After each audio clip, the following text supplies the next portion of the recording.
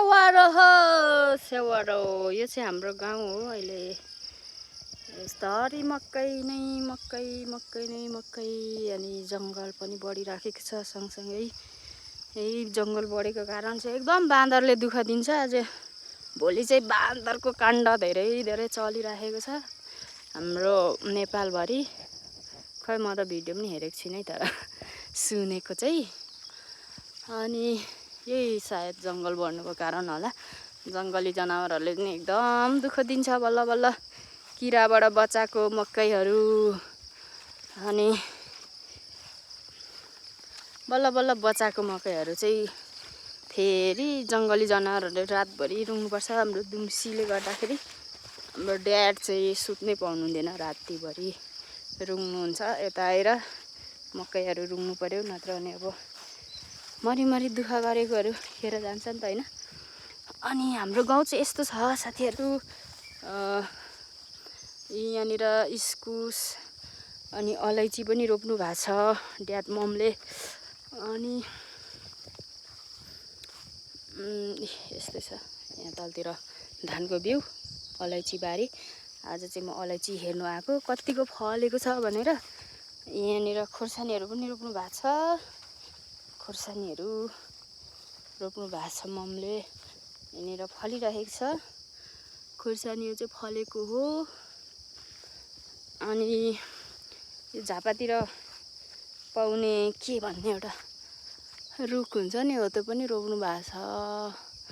यहाँनिर यस्तो यो खै के भएर कमजोर हुँदो रहेछ कि हो, केले खाएर चाहिँ प्रेक्क भाँचिएको छ। यहाँनिर अस्ति पनि यस्तो रुख थियो भाँचियो। यहाँनिर देख्नुभएछ यो ठुलो ठुलो पात गरेको, यो चाहिँ फुलेको। साह्रै मौरीले मन पराउने रहेछ।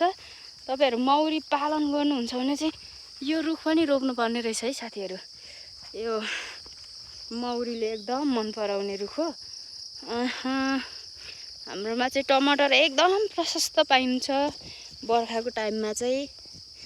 यस्तो सानो खालको, अर्को खालको चाहिँ पिल्सिन्छ होइन। यही खालको चाहिँ प्रशस्तै पाइन्छ। अघि पनि मैले टिपेर ल्याएको छु, यहाँ पनि बोट्छ।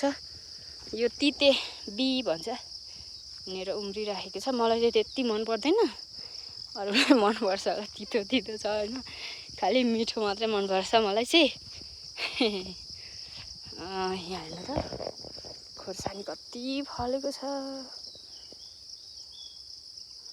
टन्नै। अनि म यो मेन हेर्नु आएको अलैँची हेर्नु आएको चाहिँ देखाइहाल्छु ल। यो हाम्रो अलैँची बारी हो, अलैँची बारी।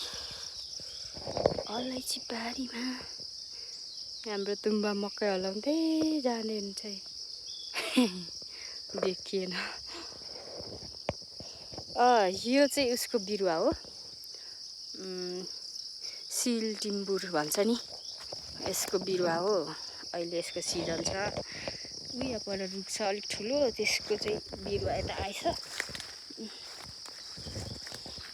हाम्रो अलैँची चाहिँ यतिको फलेको छ। सानो सानो यो पोहोर लगाएको बोट हो। अनि अरू पनि छ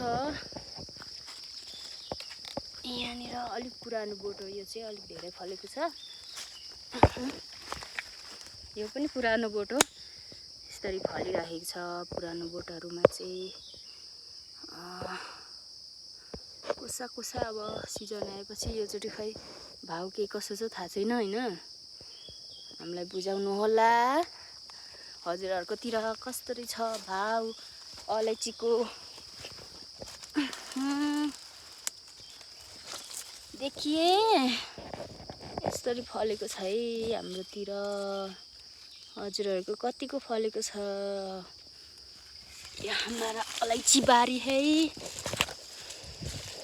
यो नयाँ बिरुवा लाउनु भएको, कस्तो राम्रो भएको रहेछ। अनि यो तल चाहिँ मकै बारी हो। यहाँनिर तुम्बा ठुलो बुवा, तुम्बा भनेको ठुलो बुवा है, हाम्रो लिम्बूहरूको चाहिँ तुम्बा भन्छौँ नि हामी चाहिँ। यो चाहिँ हाम्रो। अनि यता परतिर छिमेकी तुम्बाको मकै बारी। थ्याङ्क यू गाइज, म चाहिँ यहाँ छु। थ्याङ्क यू, पुरा भिडियो हेरिदिनु भएको लागि धेरै धेरै धन्यवाद।